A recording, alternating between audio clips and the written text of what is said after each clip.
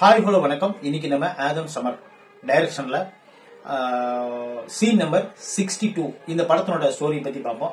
இந்த படத்தோட ஸ்டோரி பத்தி பார்க்கறதுக்கு முன்னாடி நம்ம சேனல் நீங்க சப்ஸ்கிரைப் பண்ணி வச்சுக்கோங்க. அப்பதான் நான் போடுற வீடியோ உங்களுக்கு வந்து கிடைக்கும். சீன் நம்பர் 62 அதாவது இந்த படத்தோட ஸ்டோரி என்னன்னு பாத்தீங்கன்னா, ஒரு டைரக்டர் அவர் வந்து ஒரு ப்ரொடியூசர் வந்து ஒரு வாரமா காத்திருந்து வெயிட் பண்ணி அந்த ப்ரொடியூசரை பார்த்தே ஆகணும் அப்படிங்கிற ஒரு கட்டாயத்தில் ஏற்படுத்தி போய் பாக்குறாரு. பார்த்த உடனே, சார் உங்ககிட்ட ஒரு ஒன் லைன் சொல்லணும் அப்படின்னு சொல்லி அந்த ப்ரொடியூசர் சொல்றாரு. அவர் வந்து நீ ஒரு வாரமா எனக்காக வெயிட் பண்ணீங்க அப்படின்னா மொத்த கதையும் நீ சொல்லிடு அப்படின்னு சொல்லிட்டு அவரு கதை கேட்கறதுக்கு ரெடி ஆயிடுறாரு.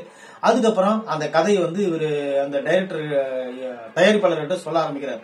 அது எப்படி சொல்றாருன்னு பாத்தீங்கன்னா, சீன் பை சீனா சொல்றாரு. எப்படின்னா, ஒரு 5 பேர் கொண்ட கும்பல் வந்து ஒரு சினிமா ஆடிஷனுக்கு போறாங்க. ஆடிஷனுக்கு போற இடத்துல அவங்க செலக்ட் ஆயிடுறாங்க.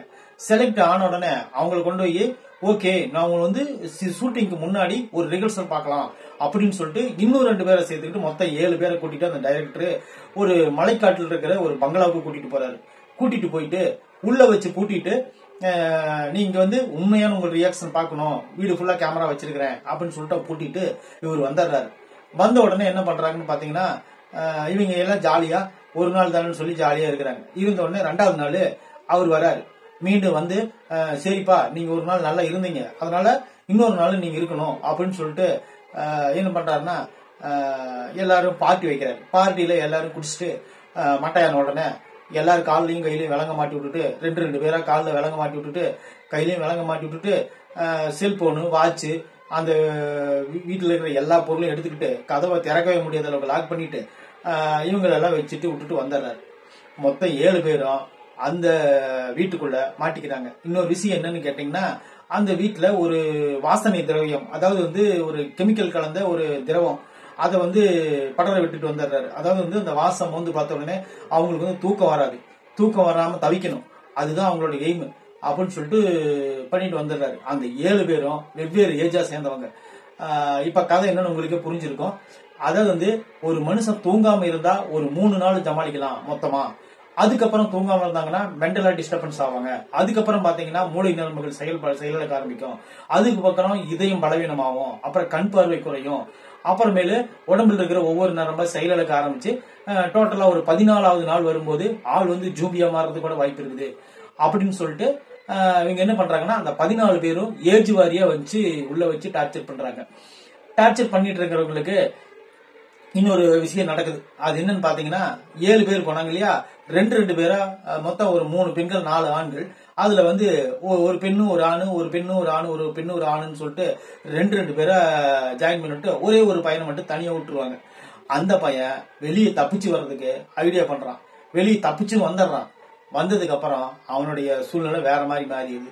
அப்புறம் இவங்க என்ன பண்றாங்கன்னு பாத்தீங்கன்னா, அந்த தூக்கத்துக்கு எடுத்துக்கிட்டு இத்தனை பேரும் அந்த ரூமுக்குள்ள இருந்தாங்களே, அவங்களுக்கு ஏதாவது நடந்திருக்குமா அப்படின்னு பாத்தீங்கன்னா, இந்த படத்தினுடைய கிளைமேக்ஸை கொண்டே அவங்க அந்த மாதிரி ஒரு ட்விஸ்ட் அண்ட் டர்ன்ஸ் ஓட வச்சிருக்காங்க. இதுல வந்து நான் மைனஸா பாக்குறது என்னன்னு பாத்தீங்கன்னா, எல்லாருமே புதுமுகமா இருந்தாலும் பரவாயில்ல, இந்த படத்துல எல்லாருமே நல்லாவே நடிச்சிருக்காங்க. ஆனா ஒரு சில சீன்ல ஓவர் ஆக்ஷன் பண்றாங்க.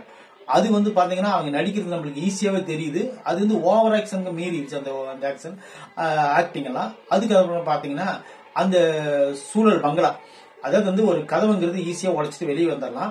ஆனா அவங்க வந்து அந்த கதவை உடைக்க முடியாத அளவுக்கு அந்த என்னதான் ஒரு ரூம் இருந்தாலும் கூட, ஒரு பங்களாவா இருந்தா கூட ஒரு சின்ன கேப் கூடவா இல்லாம இருக்கும், அந்த அளவுக்கு அவங்க யோசிச்சிருக்காங்க. ஈஸியா தப்பிச்சு நிறைய வழி இருக்கும். ஆனா இவங்க எதையுமே பயன்படுத்துறது இல்ல. அப்புறம் தானாவே ரொம்ப ஓவர் ஆக்டிங் பண்ணிட்டு இருக்கிறாங்க. அது ஒரு மைனஸா பார்ப்போம். அப்புறம் வந்து சுத்தி அந்த வீட்டுக்குள்ளேயே கதை நடக்கிறதுனால நம்மளுக்கு ஒரு பல சீன்களுக்கு அப்புறம் ஒரு கொஞ்சம் கட் பண்ணி கிறிஸ்பா கட் பண்ணியிருந்தா பரவாயில்ல அப்படிங்கன்னு யோசிக்க தோணுது. அதுக்கு அந்த பக்கம் இன்னொரு விஷயம் நடக்குது. என்னன்னு பாத்தீங்கன்னா, டைரக்டர் வந்து கதை சொல்லிட்டு இருக்கும்போது திடீர்னு வந்து ஒருத்தர் டீ குடிக்க வந்துருவார். வந்த உடனே தயாரிப்பாளருக்கு சரியான கோபம் வந்துடும்.